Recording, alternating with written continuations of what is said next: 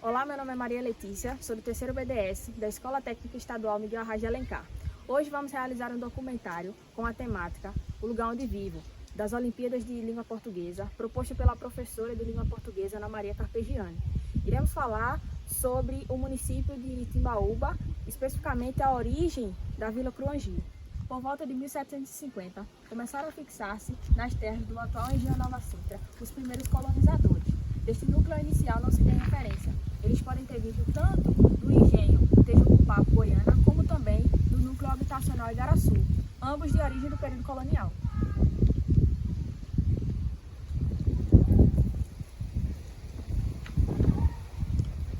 Bom, estamos aqui nas ruínas da Igreja do Rosário, localizada no próprio Engenho Nova Sintra, e ela foi construída pelos servos do senhor de engenho naquela época, por volta de 1814, logo no início do século XIX, e era frequentada pelos próprios fiéis que moravam aqui.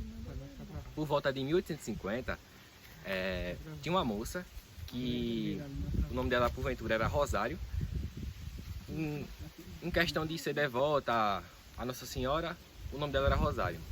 E ela acabou se envolvendo com o filho do senhor de engenho. E ela era filha de um servo, naquela época visto como uma qualquer. Rosário era muito devota da igreja Nossa Senhora do Rosário e sempre estava aqui presente e orando. O senhor de engenho, por não gostar do romance dela com o filho dele, infelizmente, acabou mandando um de seus capangas assassinar ela dentro da própria igreja. E logo depois tocou fogo na igreja, a qual ficou num estado muito precário e teve que sofrer uma reforma. Por volta de 1850 isso. Logo depois, 20 anos mais ou menos depois, a Vila Cruangi começou a se desenvolver mais e acabou necessitando de uma igreja lá na comunidade, que é um pouco distante do Engenho Nova Sintra, cerca de 1,5 km. Com isso, essa igreja ficou um pouco esquecida pelos moradores e acabou ficando abandonada. E hoje ainda encontramos aqui no engenho vestígios da igreja Nossa Senhora do Rosário. Este belo recanto, que se localiza entre serras, tem o nome Cruangi, devido ao riacho de águas límpidas que nasce na Serra de Água Azul e deságua no rio Capibaribe Mirim. Cruangi, em Tupi-Guarani, significa riacho de águas perenes. As construções em barroco registram o período colonial de nossa arquitetura, como por exemplo a Igreja Nossa Senhora do Rosário. A mesma foi construída em 1877 pelos servos dos senhores de engenho daquela época e é vista pela comunidade como patrimônio histórico e cultural. Em 2007, por consequência de uma grande chuva, parte da igreja veio a desabar e nesse mesmo ano ela teve que passar por uma grande reforma. Como foi dito anteriormente, aqui no interior da igreja podemos observar com mais destaque as características do barroco, como no altar de Nossa Senhora do Rosário, como podemos observar a riqueza de detalhes, uma característica marcante dessa escola literária. Estamos aqui com Dona Elza, uma moradora da Vila Cruangi. Primeiramente, Dona Elza, eu gostaria de agradecer a sua disponibilidade em nos receber e eu gostaria de saber, primeiramente, como era a vila a partir dos anos 70. Então, Letícia, a partir dos anos 70, é uma história totalmente diferente do que nós estamos vendo ou vivendo hoje, não é? Apesar da vila não ter um desenvolvimento 100%, mas era muito diferente dos dias atuais. Entendo. Né? Existiam coisas, né, que hoje a gente não vê mais, e era totalmente um lugarzinho no meio do nada, onde tudo era mais difícil, bem mais difícil do que hoje. Quando a senhora fala coisas, que coisas seriam essas? Tipo, o meio de transporte, né? O meio de transporte daquela época, que nós chegamos para morar aqui, era uma espécie de trem, acho que a gente pode dizer isso, que chamava-se cambiteira. A cambiteira era o meio de transporte mais utilizado, ou por não dizer, quase que o único utilizado para chegar até nos engenhos, na Vila Cruangi, nos engenhos aos seus arredores.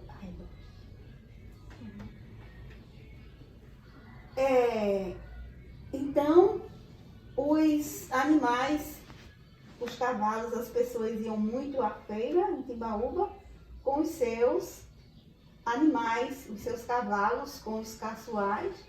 E nesse caçoar era colocado a feira que as pessoas faziam, né, e chegava até a sua casa. Era um dos meios de transporte. E a cambiteira que tinha na usina, ela passava pela vila e seguia para todos os engenhos dos arredores da vila. E essa cambiteira era uns vagões onde as canas eram colocadas, né? Pegava no engenho e colocava. E quando vinha da usina para pegar essas canas nos engenhos, era vazio e era onde as pessoas pegavam, como a gente costuma dizer, uma carona para chegar até aqui, a Vila Cruangi. Inclusive, tem um fato muito interessante também, né? Era esse meio de transporte, essa cambiteira, que levava as pessoas dos engenhos e da Vila Cruangi para as festas de finais de ano lá na usina Cruangi. Muito interessante. E aí a cambiteira vinha só buscar, não é, as pessoas para levar a festa. Todo mundo, né, em vez de levar cana, levava as pessoas do engenho, dos engenhos e também da vila.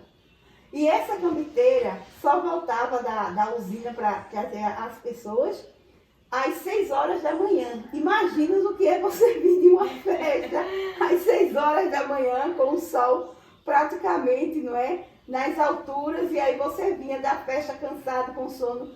Eu nunca voltei na cambiteira não, mas eu achava muito interessante a questão de voltar da festa na cambiteira. Você era sempre o último a sair da festa. Pois é, né? Eu acho que era muito, muito assim, muito interessante. Não sei porque eu já fui para a festa na cambiteira, mas eu nunca voltei por conta do horário.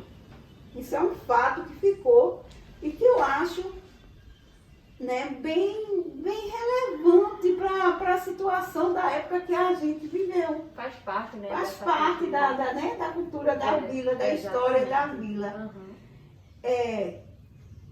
Antes, um pouquinho dos anos 70, não existia a energia, a luz elétrica, né? E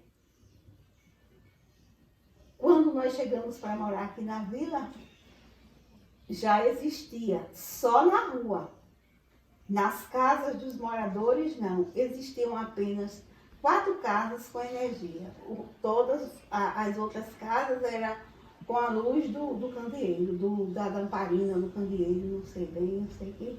Não existia energia. Aos poucos foram se colocando e hoje, graças a Deus, não existe mais casa sem energia. A senhora ainda presenciou a questão do sistema telefônico que tinha na época aqui? Muito engraçado.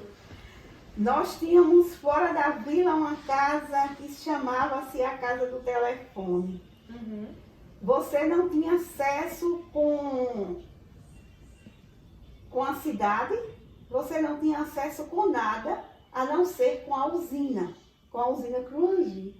Né? Então era a gente chamava não, era assim que todo mundo chamava. Casa do Telefone, onde você podia se comunicar apenas com a usina. E quando era uma coisa mais séria, a usina se encarregava de transferir essa ligação para os... Deixa eu ver a palavra. Familiares? Digamos, se eu precisasse ligar para uma delegacia, então a usina se encarregava de transferir essa ligação. Só que a usina mesmo fazia, eu não tinha acesso a fazer a ligação. A usina que se responsabilizava por essa parte. Não era uma forma direta. Não era uma forma direta. Ô, dona Elza, e a questão, por que a vila não se desenvolveu no passado? Reinaldo, a questão da vila não ter progredido, a gente leva a questão, não é, das terras pertencerem à usina Cruangi, e aí não tinha como as pessoas construírem. E aí ela estacionou do jeito que Ficou aquele limite, ficou, né? Do espaço ela ficou limitado. limitada, a palavra apropriada você usou. Ela ficou limitada naquilo e só. Acabou ficando no que tá desde o passado assim até nos dias atuais, né? Agora, não é, houve um pequeno crescimento, mas nada muito, né? Nada muito grande, nada muito avançado, né? Mas cresceu um pouco agora recente. Mas antes era só as duas ruas e só. Pronto. Aí, em questão da educação, como era naquele tempo a qualidade? A educação era bem interessante também, né? A gente tinha uma escola estadual, infelizmente eu não sei te responder porque ela foi extinta, ela foi desativada, ela não funcionou mais, e a gente ficou, para aquela época, não é? Escolas normais, só que a gente não tinha era um prédio, né? Onde funcionavam as salas de aula e não uma escola tipo padrão, né? Que essa escola era a escola estadual que foi desativada. Eu não sei por que motivo, como eu já te falei, essa escola veio a ser desativada. Hoje a gente tem uma escola atualizada, né? Onde dá oportunidade a todas as crianças da Vila Cruangi e dos engenhos, não é, a estudarem sem ter turnos intermediários, que antes existia. Tudo bem, em relação à educação hoje, tudo bem. Antigamente a gente também não tem muito o que reclamar, não. Só que para a época era bom, era bem. Só que a gente vê fazendo uma avaliação daquele tempo e hoje, que a gente não tinha uma escola assim, tinha só prédios escolar, mas não uma escola padrão, é que deixava um pouquinho a desejar. Não a forma de educar as crianças, Toda a questão de estrutura, né? Era só estrutural mesmo, mas de estrutura. Então, dona Elza, eu quero saber um pouco como foi o comércio naquele tempo. O Emerson era bem mais desenvolvido que hoje, né? A gente tinha confecções, tinha tecido, tinha bancos de verduras e tinha também um pequeno açougue. A gente não pode dizer que eram muitos lugares de vender a carne, mas a gente tinha aqui um comércio onde se vendia carne de boi, se vendia carne de porco, se vendia também carne de bode. E era muito assim, muito frequentado pelas pessoas da vila e dos engenhos que fazem parte da vila. Hoje, não é? A gente não tem mais, com muita... Isso aí foi extinto também, em vista do...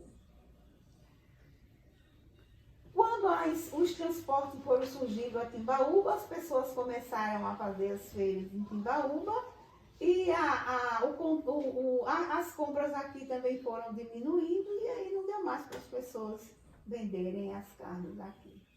Então já foi de um certo ponto já se acabando com o comércio aqui? Sim, eu acredito que com o não crescimento, o não desenvolvimento da vila, não também foi fracassando o comércio. Antes dos anos 70 existia feira livre, feira de tudo, uma feira normal de uma cidade qualquer.